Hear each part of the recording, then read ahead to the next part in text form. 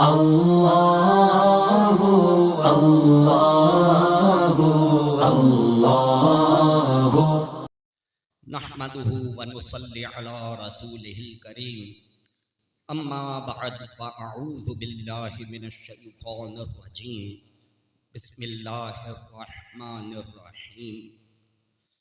پیارے نبی صلی اللہ تعالیٰ علیہ وآلہ وسلم کی وہ عظیم الشان دعا کہ جس کو اللہ تبارک و تعالیٰ نے قرآن پاک میں بھی ذکر فرمایا ہے، اسی دعا کے ضمن میں ہمارے جمعۃ المبارک کے بیانات کا سلسلہ جاری ہے، اور وہ عظیم الشان دعا یہ ہے جیسا کہ حضرت انس بن مالک رضی اللہ تعالیٰ عنہ روایت کرتے ہیں کہ نبی کریم صلی اللہ تعالیٰ علیہ وآلہ وسلم کثرت کے ساتھ یہ دعا فرمایا کرتے تھے، اللہم ربنا آتنا فی الدنیا حسنۃ وفی الآخرۃ حسنۃ وقنا عذاب النار۔ اے اللہ، اے ہمارے رب، ہمیں دنیا میں بھی بھلائی عطا فرما، اور ہمیں آخرت میں بھی بھلائی عطا فرما، اور ہمیں آگ کے عذاب سے نجات عطا فرما۔ اس دعا کے ضمن میں دو باتیں کہ دنیا کی بھلائی سے کیا مراد ہے اور آخرت کی بھلائی سے کیا مراد ہے، گزشتہ تقریباً 2 جمعۃ المبارک سے مسلسل اسی موضوع پر میں نے کلام کیا ہے، اور آج اس دعا کا جو آخری نقطہ ہے، پیارے آقا صلی اللہ تعالیٰ علیہ وآلہ وسلم نے جو یہ ارشاد فرمایا وَقِنَا عَذَابَ النَّارِ، اور ہمیں آگ کے عذاب سے نجات عطا فرما، اس کو آج میں نے موضوع بحث بنایا ہے، اور بڑا ہی اہم بیان ہے، اس کو توجہ کے ساتھ سماعت فرمائیے گا۔ اللہ تبارک و تعالی نے اپنے نافرمان بندوں کے لیے جو سزا دینے کی جگہ مقرر فرمائی ہے وہ جہنم، اور جہنم کو اللہ تبارک و تعالی نے آگ سے بھر دیا ہے، اور جیسے ہی بندہ مرتا ہے، مرنے کے بعد اس کو 2 مراحل میں گزرنا پڑے گا، ایک تو ہے قبر کا معاملہ، اور دوسرا ہے میدان محشر کا معاملہ۔ تو جو قبر کا معاملہ ہے، جس کو کہ عالم برزخ کہا جاتا ہے، اس کا تعلق بھی دراصل آخرت سے ہی ہے، جیسا کہ حضرت علی المرتضیٰ کرم اللہ تعالی وجہہ الکریم ارشاد فرمایا کرتے تھے کہ قبر آخرت کی پہلی سیڑھی ہے۔ تو نبی کریم صلی اللہ تعالیٰ علیہ وآلہ وسلم نے ارشاد فرمایا کہ کسی کی قبر یا تو جنت کے باغوں کا باغ ہوتی ہے، یا کسی کی قبر دوزخ کے گڑھوں کا ایک گڑھا ہوتی ہے۔ یعنی بندہ جب قبر میں جاتا ہے تو 2 ہی طرح کے معاملات ہوتے ہیں، یا تو اللہ کی رحمتیں نازل ہو رہی ہوتی ہیں اور اس کی قبر کو جنت کے باغوں کا باغ بنا دیا جاتا ہے، یا معاذ اللہ اللہ تبارک و تعالیٰ کا غضب ہوتا ہے تو اس کی قبر جہنم کے گڑھوں کا ایک گڑھا بنا دی جاتی ہے، اور جو جہنم کی آگ ہے وہ اس کی قبر میں جلائی جاتی ہے۔ اور جو اس کے بعد کا معاملہ ہے میدان محشر کا، وہاں پہ بھی 2 ہی طرح کے معاملات ہیں۔ نیکوکاروں کے لیے اللہ تبارک و تعالیٰ نے جنت کی نعمتیں رکھی ہیں، اور نافرمانوں کے لیے جہنم کا سخت عذاب ہے۔ تو قبر میں بھی گناہگاروں کو آگ کا عذاب دیا جائے گا، اور جہنم میں بھی ان کے لیے آگ کا عذاب ہوگا۔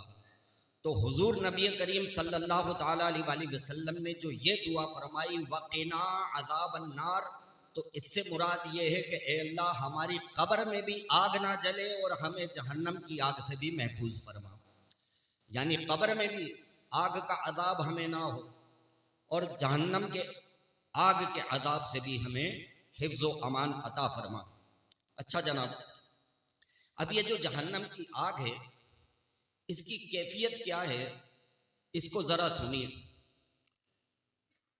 امام غزالی رحمۃ اللہ تعالی علیہ مکاشفۃ القلوب میں ایک روایت نقل کرتے ہیں کہ جب اللہ تبارک و تعالی نے لوگوں کے فائدے کے لیے دنیا میں آگ کو بھیجنے کا ارادہ فرمایا تو جہنم کی آگ کو اپنی رحمت کے پانی سے 70 مرتبہ دھویا ہے، اور اپنی رحمت کے پانی سے 70 مرتبہ دھونے کے بعد اس کو دنیا میں بھیجا ہے تاکہ لوگ اس سے فائدہ اٹھائیں۔ غور فرمائیے کہ یہ جو دنیا کی آگ ہے یہ ہمارے لیے قابل برداشت نہیں ہے، اور یہ دنیا میں جو آگ اللہ تبارک و تعالیٰ نے بھیجی ہے یہ اپنے بندوں کے فائدے کے لیے بھیجی ہے۔ مثلا اسی آگ کے ذریعے ہم کھانے پکاتے ہیں، اسی آگ کے ذریعے سردیوں میں ہم اپنے گھروں کو گرم رکھتے، اسی آگ کے ذریعے جو ہے وہ دھاتوں کو پگھلانے کے بعد ہم اس سے برتن اور اوزار بناتے ہیں۔ تو یہ دنیا میں جو آگ اللہ تبارک و تعالیٰ نے بھیجی ہے یہ اپنے بندوں کے فائدے کے لیے بھیجی ہے، اور جب اس آگ کو دنیا میں بھیجا ہے تو جہنم کی آگ کو اپنی رحمت کے پانی سے 70 مرتبہ دھو کر کے بھیجا۔ تو غور کیجئے کہ جہنم کی جو آگ ہوگی وہ دنیا کی آگ سے بھی 70 گنا زیادہ گرم ہوگی۔ تو اس آگ کی گرمی اور اس آگ کی تپش کا کون اندازہ کر سکتا ہے؟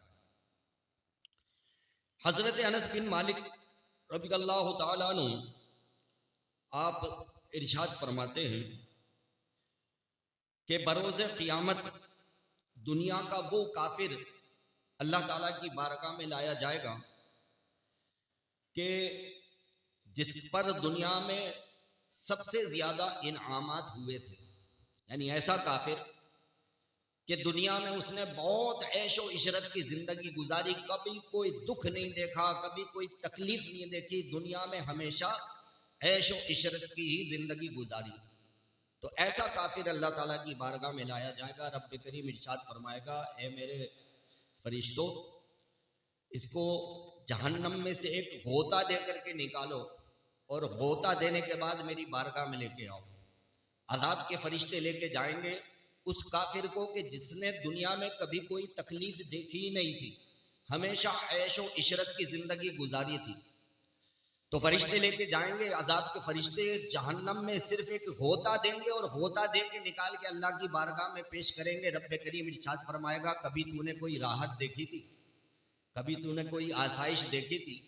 جہنم کا ایک غوطہ کھاتے ہی دنیا کی ساری آرام و آسائش بھول جائے گا، کہے گا اے اللہ میں نے کبھی کوئی آرام نہیں دیکھا۔ صرف جہنم کا ایک غوطہ لگانے سے ساری دنیا کی مستیاں اور عیش و عشرت بھول جائے گا، اور کہے گا کہ میں نے کبھی کوئی جو ہے وہ آرام نہیں دیکھا۔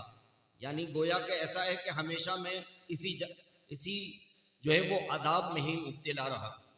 پھر فرماتے ہیں کہ ایک بندہ مومن پھر اللہ تعالیٰ کی بارگاہ میں لایا جائے گا جس نے دنیا میں کوئی کبھی خوشی نہیں دیکھی تھی، دنیا میں اس نے تکلیفیں ہی تکلیفیں دیکھی، بیماریاں، پریشانیاں، تنگ دستیاں، یعنی زندگی اس نے دنیا میں بہت تکلیفوں کے ساتھ گزاری، لیکن صبر کیا، صبر کے ساتھ اس نے دنیا میں زندگی گزاری۔ تو وہ بندہ مومن اللہ تعالیٰ کی بارگاہ میں پیش کیا جائے گا، رب کریم ارشاد فرمائے گا اے میرے رحمت کے فرشتوں اس کو لے کے جاؤ اور اس کو جنت کا ایک غوطہ دے کے نکالو، اور جنت میں ایک غوطہ دے کے نکال کے میری بارگاہ میں لے کے آؤ۔ تو رحمت کے فرشتے اس بندہ مومن کو کہ جس نے دنیا میں کبھی کوئی خوشی دیکھی ہی نہیں تھی، ہمیشہ دنیا میں تکلیفیں ہی دیکھی تھی، اس کو رحمت کے فرشتے لے کے جائیں گے، جنت میں ایک غوطہ دے کر کے نکالیں گے، اللہ تعالیٰ کی بارگاہ میں پیش کریں گے۔ رب کریم ارشاد فرمائے گا کبھی تو نے کوئی تکلیف دیکھی تھی؟ وہ جنت کا ایک غوطہ کھانے کے بعد اپنی ساری تکلیفیں بھول جائے گا، کہے گا کہ اے اللہ میں نے تو ہمیشہ راحت ہی دیکھی، ہمیشہ میں نے خوشیاں ہی دیکھی۔ غور کیجئے کہ جس کو جہنم کا ایک غوطہ دے کر کے باہر نکال لیا جائے، سارے عیش و آرام بھول جاتا ہے، جو بد نصیب جہنم میں ڈال دیا جائے گا اس پر اللہ تعالیٰ کا کیسا غضب ہوگا۔ اور جنت کا ایک غوطہ دے کر ایک بندے کو نکالا، وہ اپنی ساری تکلیفیں بھول گیا، تو وہ بندہ مومن کتنا خوش نصیب ہوگا کہ جنت میں جائے گا اور اللہ کی رحمت میں زندگی گزارے گا۔ رب کریم سے دعا ہے کہ ہم سب کو بھی جہنم کی آگ سے ہمیشہ کے لیے نجات عطا فرما کے اپنی رحمتوں کے سائے میں جنت میں ہم سب کو جگہ عطا فرمائے۔ اب آئیے، جو آخرت کی پہلی سیڑھی ہے یعنی قبر، تو اس کے متعلق کچھ باتیں میں آپ کی سماعتوں کی نظر کرتا ہوں۔ چنانچہ منقول ہے کہ قبر جو ہے وہ روزانہ 4 مرتبہ یہ آوازیں دیتی ہے، یعنی قبر کے اندر جو آگ کا عذاب ہے گناہگاروں کے لیے وہ تو الگ ہی ہے، اور جو خوش نصیب بندہ مومن ہے اس کے لیے قبر جو ہے وہ راحت کی جگہ۔ تو قبر جو ہے وہ روزانہ 4 مرتبہ یہ آواز دیتی ہے اور کہتی ہے، اے بندے میرے اندر اندھیرا ہے، اپنے ساتھ روشنی لے کر کے آنا۔ دوسری آواز یہ دیتی ہے کہ اے بندے میرے اندر خاک ہے، بستر لے کر کے آنا۔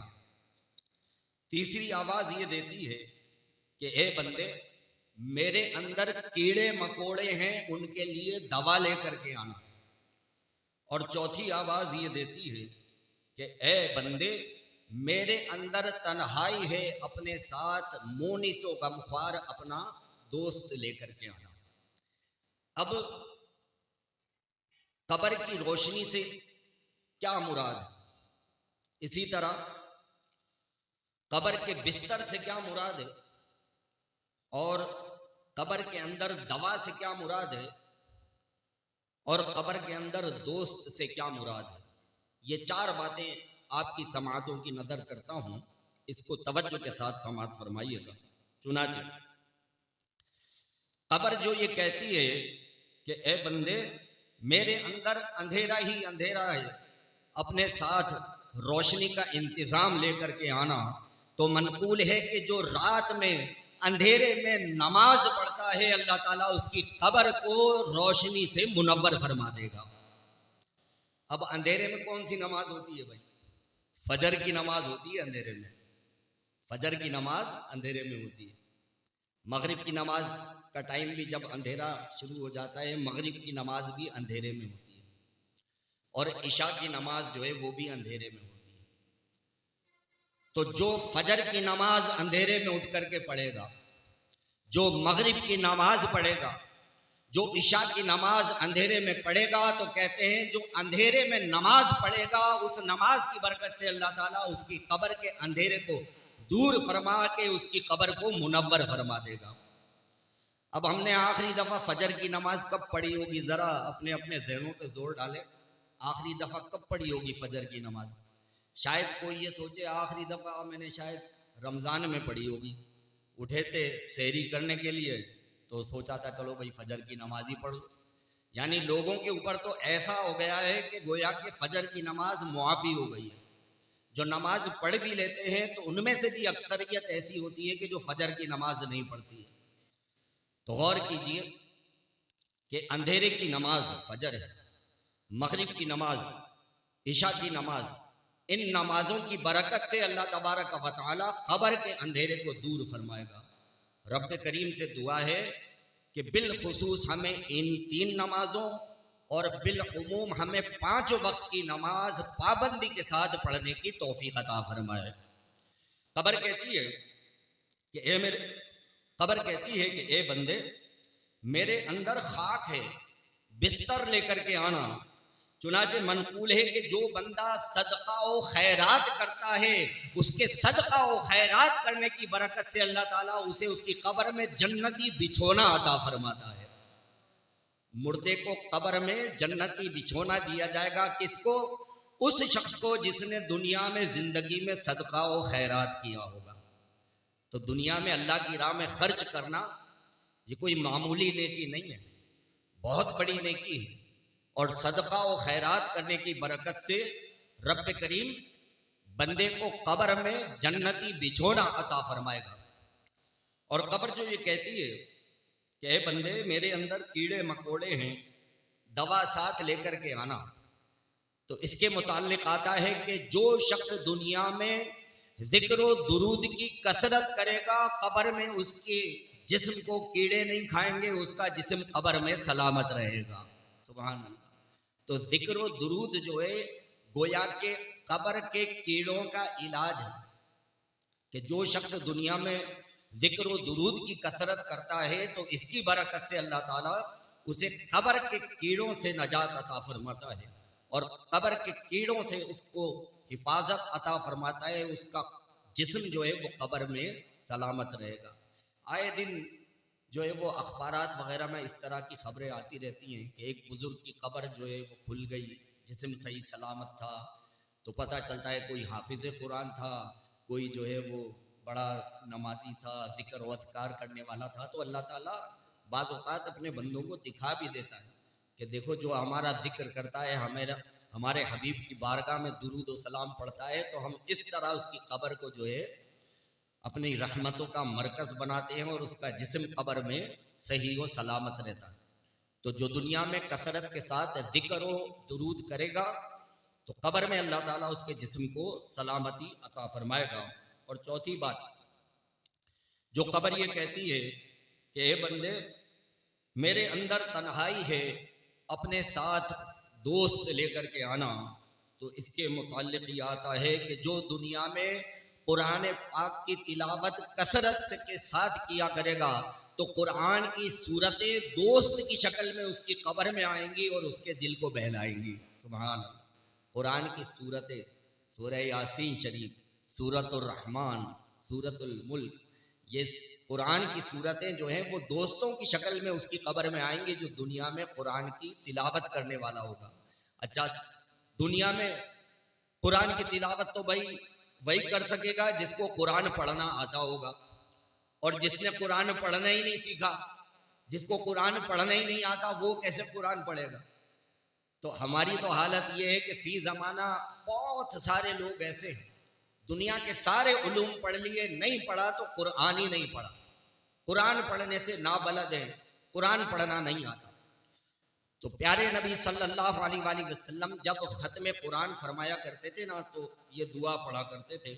اور آپ ختم قرآن جہاں پہ سورۃ الناس کے بعد دعائیں لکھی ہوئی ہیں تو آپ دیکھیے گا کہ اس دعا کا بالکل پہلا لفظ یہی ہے. پیارے نبی صلی اللہ علیہ وآلہ وسلم جب ختم قرآن فرمایا کرتے تھے تو یوں دعا فرمایا کرتے تھے، اللہم آنس وحشتی فی قبری، اے اللہ اس قرآن کی تلاوت کو میرے لیے میری قبر میں مونس و غمخوار بنا دینا. تو قرآن، اس کی صورتیں، اس کی آیتیں بندے کے لیے قبر میں دوست بن کر آئیں گی اور قبر میں اس کے دل کو بہلائیں گی. تو قبر یہ روزانہ 4 آوازیں لگاتی ہے اور بندوں کو جھنجھوڑتی ہے. آخر میں بس ایک بہت ہی عبرتناک جو ہے وہ حدیث پاک ہے، اور یہ ایسی حدیث ہے کہ صحابہ کرام علیہ رضوان نے تو سمجھ لیں کہ ہنسنا بولنا ہی چھوڑ دیا تھا جب سے یہ حدیث سنی تھی. چنانچہ امام غزالی رحمۃ اللہ تعالی علیہ مکاشفۃ القلوب میں یہ حدیث پاک نقل فرماتے ہیں، نقل کرتے ہیں کہ جب قیامت کا دن ہوگا اور حساب کتاب کا معاملہ ہو جائے گا تو اللہ تبارک و تعالی جناب آدم علیہ السلام سے یہ ارشاد فرمائے گا کہ اے آدم اٹھو اور اپنی اولاد میں سے جو جہنمی گروہ ہیں ان کو جہنم کی طرف بھیجو. ٹھیک ہے؟ قیامت کے دن جب حساب کتاب کا معاملہ ہو جائے گا رب کریم حضرت آدم علیہ السلام سے ارشاد فرمائے گا کہ اے آدم اٹھو، کھڑے ہو اور اپنی اولاد میں سے جو جہنمی گروہ ہیں ان کو جہنم کی طرف بھیجو. تو حضرت آدم علیہ السلام اللہ تعالیٰ کی بارگاہ میں عرض کریں گے کہ یا اللہ، جہنم کی طرف جو گروہ بھیجے جائیں گے تو ان کی مقدار کیا ہے، ان کی تعداد کیا ہے؟ تو سرکار ارشاد فرماتے ہیں، رب کریم ارشاد فرمائے گا اے آدم، ہر 1000 میں سے 999 جہنمی ہیں اور 1 جنتی ہے. ہر 1000 میں سے تمہاری اولاد میں سے 999 جہنمی ہیں اور 1 جنتی ہے۔ راوی کہتے ہیں کہ جب سرکار صلی اللہ تعالیٰ علیہ وسلم نے صحابہ کرام علیہم رضوان کے سامنے یہ بیان کیا تو صحابہ کرام کا رنگ فق ہو گیا، چہرہ پیلا پڑ گیا، ہنسنا بولنا ہی چھوڑ دیا، اور ایسا ان کے دل میں جو ہے وہ خوف خدا جو ہے وہ راسخ ہو گیا۔ تو پھر پیارے آقا صلی اللہ تعالیٰ علیہ وسلم ارشاد فرماتے ہیں، بندو عمل کرو، عمل کرو، عمل کرو، کوئی گل باقی رہے گا نہ چمن رہ جائے گا، پر رسول اللہ کا دین حسن رہ جائے گا۔ ہم سفیروں باغ میں ہے کوئی دم کا چہچہا، بلبلیں اڑ جائیں گی سونا چمن رہ جائے گا۔ اطلس و کم خواب کی پوشاک پر نازا نہ ہو، اس تنے خاکی پہ بس خاکی کفن رہ جائے گا۔ کر لے کچھ آخرت کی فکر اور کر لے کچھ عمل، ورنہ یہ ارمان تیرے دل میں ہی رہ جائے گا۔ مرنے کے بعد بندہ تمنا کرے گا کاش میں دوبارہ دنیا میں چلا جاؤں نا، تو اب نماز پڑھوں گا، اب میں نیک عمل بھی کروں گا، اب قرآن بھی پڑھوں گا، صدقہ خیرات بھی کروں گا، سارے عمل کروں گا، لیکن پھر اس کو موقع نہیں دیا جائے۔ تو کہتے ہیں کہ ہر 1000 میں سے 999 جہنمی اور 1 جنت میں جائے گا۔ صحابہ کرام کے چہرے کا رنگ فق پڑ گیا، چہرہ پیلا ہو گیا، ہنسنا بولنا چھوڑ دیا۔ رب کریم سے دعا ہے کہ ہم سب کو قبر کی اور جہنم کی آگ سے نجات عطا فرمائے، اور سرکار نے جو ہم کو یہ دعا سکھائی ہے وقنا عذاب النار، یہ دعا ہم سب کے حق میں قبول فرمائے۔ وآخر دعوانا ان الحمد للہ رب العالمین۔ اگر آپ کو یہ ویڈیو پسند آئی ہو تو اس ویڈیو کو لائک کریں، کامنٹس کریں، شیئر کریں، اور میرے اس چینل کو سبسکرائب کریں۔ جزاک اللہ خیر۔